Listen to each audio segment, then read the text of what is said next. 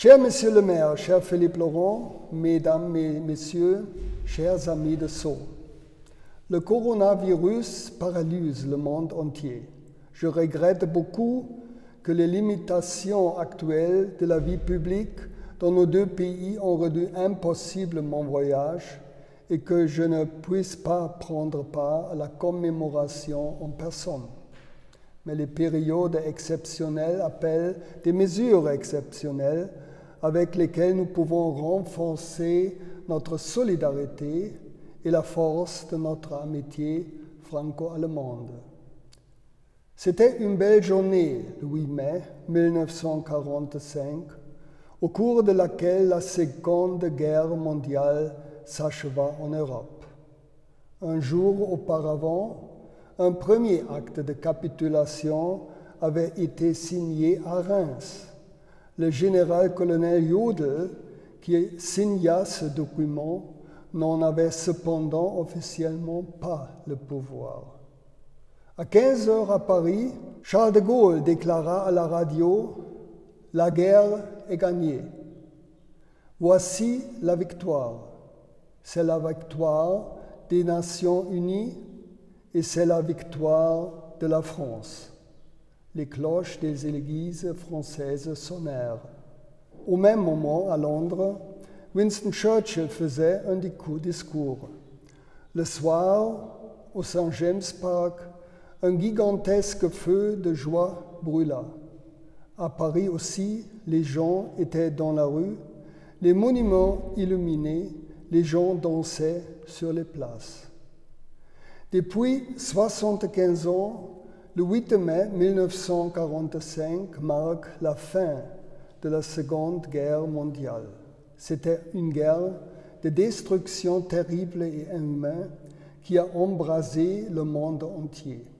Cette date est synonyme de la fin de la plus grande catastrophe de tout le temps pour l'humanité. La mort de 6 millions de Juifs et la guerre allemande d'extermination contre les peuples d'Europe et du monde. Le pays qui avait commencé la guerre, le pays qui était responsable de la mort de 75 millions de personnes, dont 26 millions de soldats et au moins 49 millions de civils, a capitulé. C'est pourquoi aujourd'hui, nous nous souvenons de ce jour et le commémorons à juste titre. Nous nous souvenons des événements de cette époque qui remontent maintenant à presque toute une vie. Les conséquences de la Seconde Guerre mondiale et des crimes commis par les Allemands sont encore aujourd'hui visibles par endroits.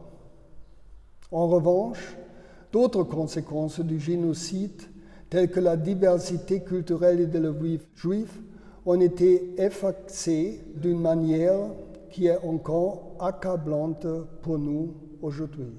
Ces conséquences sont de moins en moins visibles.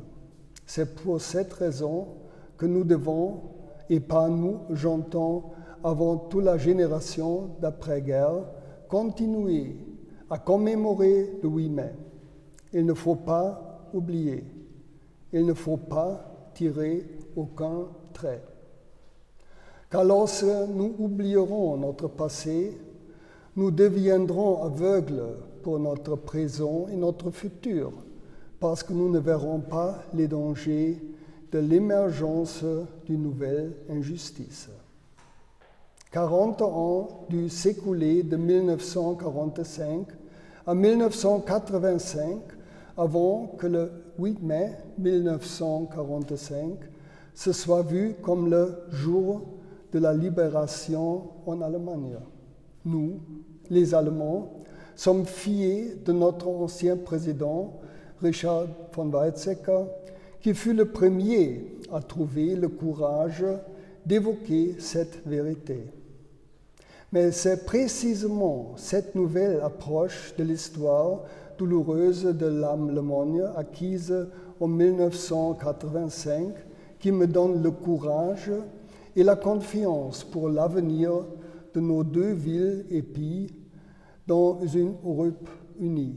Cette Europe est novatrice car elle nous montre le pouvoir d'action qui peut être pris à partir de la mémoire. Cette capacité d'agir en puisant dans notre mémoire qui devrait nous guider même maintenant à l'heure de la crise mondiale que nous a apporté le Covid-19. Alors, le coronavirus inonde l'Europe. Nous avons également pu constater que la poursuite du développement et de l'idée d'une Europe unie était au point mort et que les approches de solutions façonnées par les intérêts des États-nations semblaient indiquer la voie à suivre pour sortir de la crise. Mais c'est précisément maintenant que les préoccupations et les besoins des autres États doivent être considérés comme les nôtres. C'est la seule et unique manière pour nous de trouver l'apaisement dont nous pourrons bénéficier collectivement en tant qu'Européens, au lieu d'alimenter les craintes et la méfiance de nos voisins. C'est particulièrement valable pour nous, Allemands. Il n'y a qu'un seul présent européen et un seul avenir européen auquel nous, Allemands, participons pour le meilleur et pour le pire. C'est précisément cela que représente le 8 mai. L'Europe n'est pas le problème, mais la solution. L'humanité à la place de la froideur, le dialogue à la place de la rancœur, l'empathie à la place de l'arrogance. Voici toutes les valeurs que nous devrions représenter. Nous, Allemands, ne devrions pas nous laisser guider seulement par la culpabilité historique, mais par notre responsabilité pour l'avenir et par la grâce reçue en Allemagne après 1945. Ce n'est que si nous mettons cela en pratique et faisons tout ce qui est en notre pouvoir pour nous protéger de cette catastrophe actuelle ou d'autres catastrophes de l'humanité que nous pourrons également puiser dans la mémoire commune la force nécessaire à nos actions. C'est précisément à ce moment que nous nous montrons dignes de notre histoire et que nous nous montrons comme de véritables amis et voisins. Le 8 mai restera le jour tel que nous le ressentons aujourd'hui, le jour de la libération pour nous et nos voisins.